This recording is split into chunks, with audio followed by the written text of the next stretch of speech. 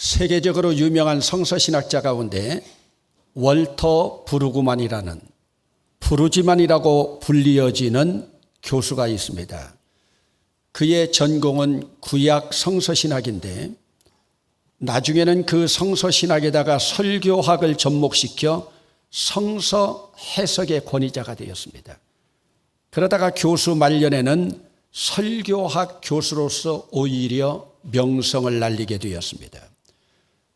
그의 최신 작품으로 그는 설교학의 교본이 될 만한 책을 썼는데 그 책 제목이 Finally Comes the Poet, 마침내 시인이 온다는 제목으로 요즘 우리나라에서 번역이 되었습니다.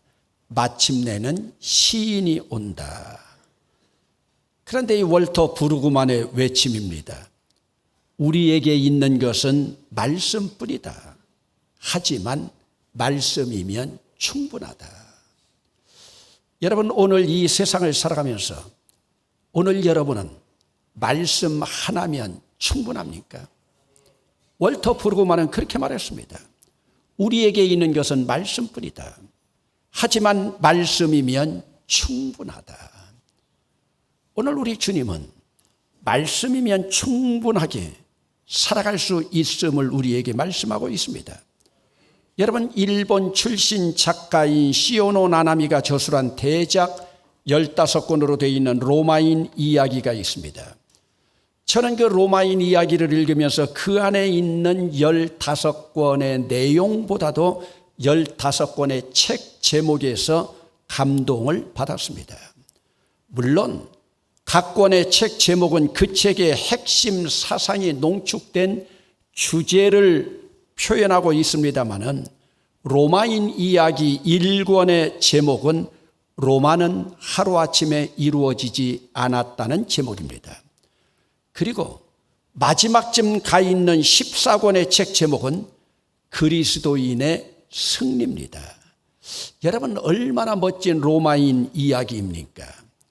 하루아침에 이루어지지 않은 로마가 그 역사 천년이 흘러가면서 결국 로마는 망하고 기독교는 승리했다.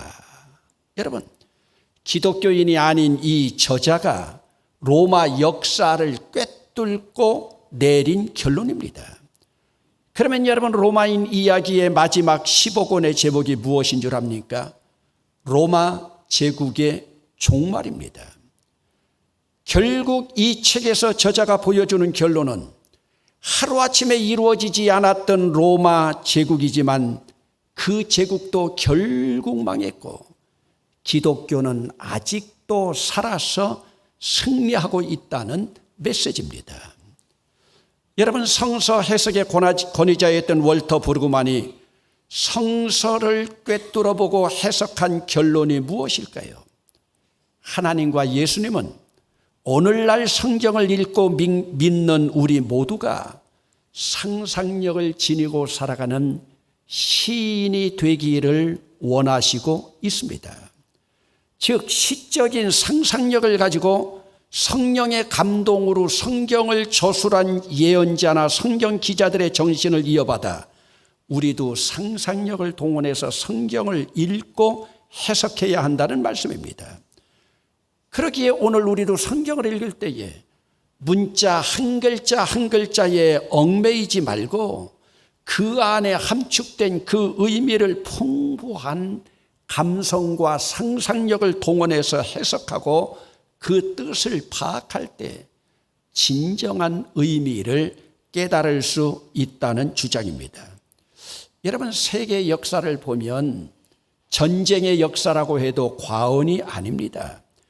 세계 역사 가운데에서 제국이라고 하는 용어가 붙은 나라들은 자기들의 제국 나라에 대해서는 영광일지 모르지만은 제국이라고 하는 깃발 아래 얼마나 많은 피비린내 나는 죽음의 공포가 있었는지 모릅니다. 여러분, 대영제국이라고 일컬어지는 기독교 국가인 영국이 당대의 전 세계가 193나라였는데 여러분, 대영제국이 193나라 가운데 71나라를 침공했습니다. 그러면 여러분, 대영 제국이 우리나라를 침공한 적도 있습니까? 있습니다. 우리나라 개항기 때 거문도를 침공한 전력이 있습니다. 제정 러시아요, 소련의 공산주의 깃발 아래에 동부 유럽 전체가 화마가 된 적이 있지 않습니까? 일본 제국이요, 조그만 섬나라가 강대국을 대항해서 2차 세계대전을 일으키지 않았습니까? 헬라 제국, 로마 제국 다 마찬가지입니다. 그 제국들이 지나간 자리는 쑥대밭의 황폐한 밖에 남지 않았었습니다. 그러기에 기독교 신앙을 가지고 살아가고 있는 오늘 우리는 이 세상을 살아가면서 하나님 주체로 살아가고 있지만 세상의 역사 흐름은 그렇지 않습니다. 세상의 역사 흐름은 왕정 역사나 제국의 역사로 흘러갑니다. 여러분, 나일강의 문명을 중심으로 한 애굽의 파라오들, 유프라테스와 티그리스 강의 문명을 이룬 아수르와 바벨론 왕들, 그리스 문명의 헬라 황제들, 지중해를 중심한 로마 황제들의 역사로 세계사는 그대로 이어져 가고 있습니다. 그러기에 신앙으로 살아가는 자들은 세상의 역사 흐름보다는 하나님 중심의 역사 흐름에 초점을 맞춰야 됩니다. 결국의 승리는 잠시의 승리 있을지 모르겠지만 결국의 승리는 하나님 중심의 역사 흐름에 있는 줄로 믿습니다. 하나님 중심의 역사 흐름이 바로 성경입니다. 그 역사가 바로 구속사적인 흐름의 역사입니다.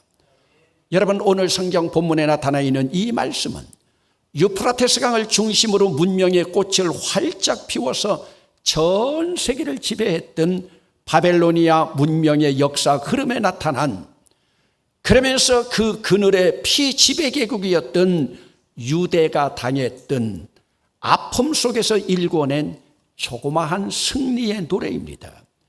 이 승리의 노래가 70년 바벨로니아 포로에서의 해방된 기쁨의, 대국에서 해방된 기쁨의 노래입니다. 오늘 73번째 광복절을 맞이하면서 우리도 해방의 기쁨을 노래하면서 성경에 나타난 해방의 노래를 한번 살펴봐야 됩니다. 여러분, 일제의 총칼 앞에서 강제 합병되어서 주권을 잃은 한반도의 독립과 해방을 위해서 뜻있는 젊은이들은 고향을 등지고 지금 러시아의 블라디보스톡이라고 일컬어지는 연해주로, 중국의 동북 삼성이라고 일컬어지는 북간도로 피신해서 광복군이 되었습니다. 일제강점기 시절에 일제의 탄압을 피해서 만주라고 불리우는 북간도로 피신해서 조국의 광복을 꿈꾸면서 조국 독립을 위해서 일하지만 북간도도 이미 러일 전쟁에서 승리한 일제의 지배하에 있었습니다. 여러분, 이러한 시기에 조국의 광복을 위해서 피 끓는 젊은이들이 북경 사관학교를 비롯해서 2억의 군관학교에서 훈련을 쌓았던 인물들이 있습니다. 그들 가운데 조국을 위한 뜨거운 가슴을 가진 우리 지역의 인물을 한 분 소개하려고 합니다. 안동 출신의 264입니다. 여러분, 264라고 하는 숫자는 그가 대구 형무소에 수감되어 있을 때 그의 수형번호였습니다. 그의 본명은 이월록입니다.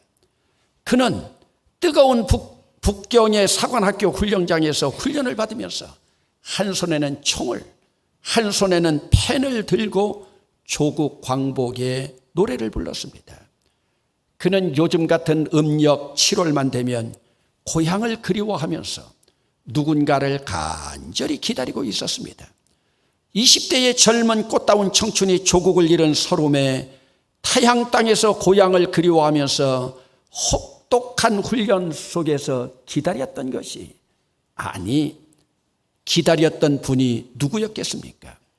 사실 그는 기다리다 지쳐서 감옥에 17번이나 드나들면서 죽기 1년 전까지 광복을 위해 마지막 그의 몸을 불사르다가 조국의 광복 보지 못하고 1944년에 41살의 나이에 북경 감옥에서 세상을 떠납니다. 그러면 그가 나라를 잃고 2억의 감옥에서 고향을 그리는 안타까운 향수, 그리고 암울한 민족 현실을 극복하고 밝은 내일을 기다리면서 그가 부르던 노래가 무엇이었습니까? 바로 여러분들이 잘 알고 있는 청포도입니다. 내고장 7월은 청포도가 익어가는 시절, 이 마을 전설이 주저리 열리고 먼데 하늘이 꿈꾸며 알알이 들어와 박혀 하늘 및 푸른 바다가 가슴을 열고 흰 돛단배가 곱게 밀려서 오면 내가 바라는 손님은 고달픈 몸으로 청포를 입고 찾아온다고 했으니 내 그를 맞아 이 포도를 따먹으면 두 손을 흠뻑 적셔도 좋으련. 아이야, 오늘 우리의 식탁엔 은쟁반에 하얀 모시수건을 마련해 두렴. 여러분, 이 시에서 이 육사가 그렇게도 바라던 고달픈 몸으로 청포를 입고 찾아올 손님이 누구였을까? 그를 맞아서 내가 이 포도를 따먹으면 두 손을 흠뻑 적셔도 좋으련. 여러분, 청포 입은 손님이 누구였을까요? 이 육사는 또 일제의 압박에 항거한 저항시 광야에서도 이렇게 노래합니다. 다시 천고의 뒤에 백마 타고 오는 초인이 있어 이 광야에서 목 놓아 부르게 하리라. 그러면 여러분, 그가 기다리던 백마 타고 오는 초인이 과연 누구였겠습니까? 이 육사의 일제에 대한 저항 정신은 절정이라고 하는 시에서 그의 저항은 절정을 이룹니다. 그는 이 시에서 피할 수 없는 극한 상황을 노래합니다. 하늘도 그만 지쳐 끝난 고원, 서리빨 칼날진 그 위에서다. 어디다 무릎을 꿇어야 하나? 한 발 제겨 발 디딜 곳도 없다. 여러분, 조국 광복에 대한 꿈이 하늘도 지쳐 끝난 고원, 서리빨 칼 위에 서 있는데 어디다 무릎을 꿇어야 하나? 여러분, 희망의 불빛이 보이지 않던 이때 작가가 어디다가 무릎을 꿇고 싶었겠습니까? 여러분, 이 당시 퇴계의 후손으로 안동에서 유림들이 tum바구니 속에서 감히 하나님을 찾는다고 하는 것은 언감생심이었습니다. 퇴계의 후손 가운데 3.1 만세 사건으로 투옥되어서 감옥에서 전도를 받아서 처음으로 기독교를 접하고 목사가 되었던 독립운동가 우리 교회의 이정순 권사 아버지인 이원영 목사도 평양신학교를 졸업하고 목사가 되었을 때 그는 이미 퇴계 가문에서 퇴출된 후였습니다. 그러니 이원영 목사와 학렬이 같은 본명이 이원록인 이 이육사도 누군가를 기다리기는 했는데 구체적으로 알 수는 없습니다. 학자들은 그 누구를 당연히 조국 광복을 비유적으로 보여주었다고 설명하고 있지만, 비유라고 하는 메타포로는 알 수 있지만 정말 그가 기다리던 자가 누구였을까? 그런데 여러분, 오늘 본문으로 돌아와서 오늘 본문의 시인은 조국 광복의 문이 열려 목 놓아 통곡하던 노래하면서도 여러분, 이육사처럼 누구를 기다리지 않습니다. 본문의 시인은 청포를 입고 찾아올 손님도, 백마 타고 올 초인도, 무릎 꿇어야 할 고원의 누구도 여기에 대한 고민이 없는 이육사에 비하면 참 복된 시인입니다. 이육사가 조국 광복의 꿈을 꾸고 있다면 오늘 본문의 시인은 광복이 찾아온 기쁨에서의 노래입니다. 여러분, 오늘 본문 1, 2절을 조금 발췌해서 보면 시온의 포로를 돌려보내실 때에 우리는 꿈꾸는 것 같았도다. 그때에 우리 입에는 웃음이 가득하고 우리 혀에는 찬양이 찼었도다. 여러분, 조국의 광복을 꿈꾸던 이육사의 노래는 암울한 민족의 현실이었지만 지금 광복을 얻은 본문의 시인의 노래는 실현된 꿈속에서 웃음과 찬양이 가득합니다. 그러면 여러분, 이 두 시인의 차이가 무엇이겠습니까? 똑같이 조국의 광복을 노래하고 있는데 한편에서는 암울한 그림자가, 또 한편에서는 기쁨의 환희가 넘치고 있습니다. 물론 우리도 광복 후에 기쁨의 태극기 물결이 있었습니다마는 이 둘 사이에는 원론적인 차이가 있습니다.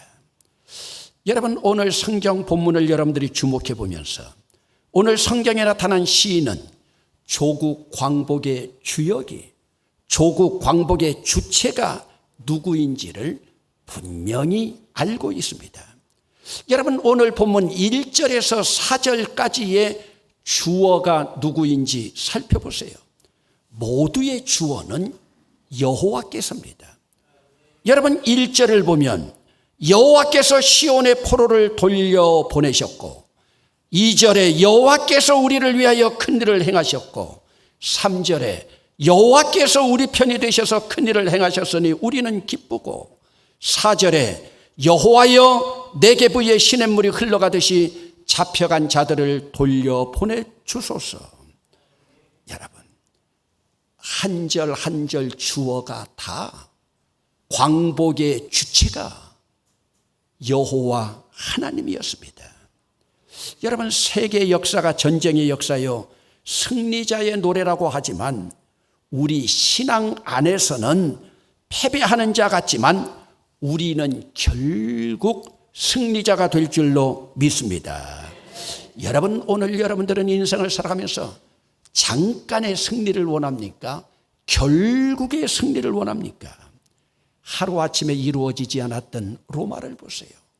그럼에도 결국은 누가 승리했습니까? 그리스도인입니다.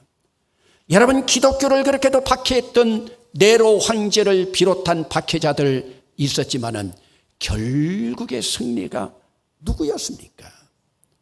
결국은 승리가 십자가였고, 결국은 여호와 하나님께서 광복의 주체가 되신 줄로 믿습니다.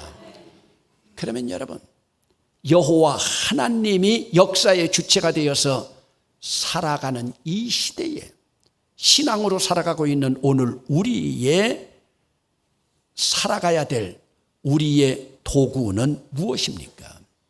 여러분, 지금까지 역사의 주체는 총과 칼을 가진 자들이었습니다. 오늘날에는 핵무기를 가진 나라들이 역사의 주체가 되는 것 같습니다.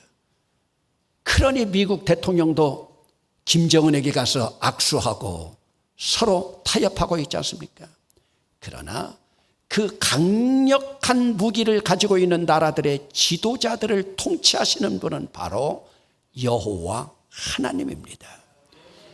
여러분, 세상에서 모든 사람들이 지상 최대 무기라고 무서워하고 있는 핵무기, 그러나 그 핵무기를 이길 도구가 있습니다. 여러분, 놀랍지 않습니까? 여러분 모두가 핵무기를 이길 만한 무기를 가지고 있습니다. 여러분, 그러면 세계 최대의 무기라고 하는 핵무기를 이길 무기가 여러분 무엇인 줄 압니까? 바로 여러분들이 하나님께 올려보내는 눈물입니다. 여러분의 눈물, 핵무기와 비교하면 보잘것없는 것 같지만 오늘 하나님을 향하여 여러분들이 올려드리는 눈물이 핵무기도 이기게 될 줄로 믿습니다. 눈물을 흘리며 씨를 뿌리는 자는 기쁨으로 거두리로다. 울며 씨를 뿌리러 나가는 자는 반드시 기쁨으로 그 곡식단을 가지고 돌아오리라. 여러분, 우리의 조국 광복은 기독교인들의 눈물 어린 3.1 만세 사건에서 시작되었습니다. 조국의 광복도 결국은 조선의 눈물을 받아서 기독교 나라인 미국을 통해서 하나님께서 일제강점을 끝내셨습니다. 그러면 여러분, 이스라엘은 어떻게 그 눈물이 조국 광복을 찾는 것임을 알았겠습니까? 그것을 어찌 알고 눈물 흘리는 자가 기쁨으로 단을 거둔다고 고백하고 있겠습니까? 그들은 이미 1200년 전에 애굽의 노예로 있었을 때 조국 해방의 감격을 체험하면서 하나님의 은혜로 홍해를 건넜던 감격이 있습니다. 그들은 이때 배웠습니다. 그래서 성경은 이렇게 기록하고 있습니다. 출애굽기 3장 23절에서 25절 발췌입니다. 이스라엘 자손은 고된 노동으로 말미암아 탄식하며 부르짖으니 하나님이 그들의 고통 소리를 들으시고 하나님이 그들을 기억하셨더라. 여러분, 이스라엘 자손들이 고된 노동 가운데에서도 눈물로 탄식하며 부르짖으니 하나님의 그들의 눈물의 고통 소리를 들으시고 하나님이 그들을 기억하셨더라. 여러분, 그들은 430년 애굽의 노예 생활 속에서 자신들을 해방시키신 분은 바로 하나님이심을 체험적으로 배웠습니다. 오늘 우리도 이 교훈을 새겨야 합니다. 여러분, 일제강점기의 시작은 7, 8명밖에 되지 않는 매국노 탐관 오리들이 자기들의 배를 두드리기 위해서 나라 팔아먹는 협약에 서명했기 때문입니다. 지금 이 나라도 지도자 몇 사람이 잘못 서명하면 대한민국이라고 하는 국호도 잃어버릴 운명입니다. 여러분, 이 시대의 진정한 애국자가 누굽니까? 이 시대의 진정으로 믿는 자가 누굽니까? 지금은 총칼이 아닙니다. 지금은 핵무기가 아닙니다. 진정한 애국자는, 진정한 믿음의 소유자는 하나님을 향하여 눈물 흘리는 자입니다. 오직 하나님만이 역사의 주관자임을 믿고 눈물로 씨를 뿌리는 자입니다. 여러분, 내 생애에 눈물로 씨를 뿌려 기쁨의 곡식단 같은 조국을 후손에게 물려줄 수 있다면, 여러분, 오늘 메마른 눈으로 살아가고 있습니까? 오늘도 여러분들은 후손들에게 기쁨의 곡식단과 같은 조국을 남기기 위해서 오늘도 흘릴 눈물이 남아 있습니까? 기도합시다.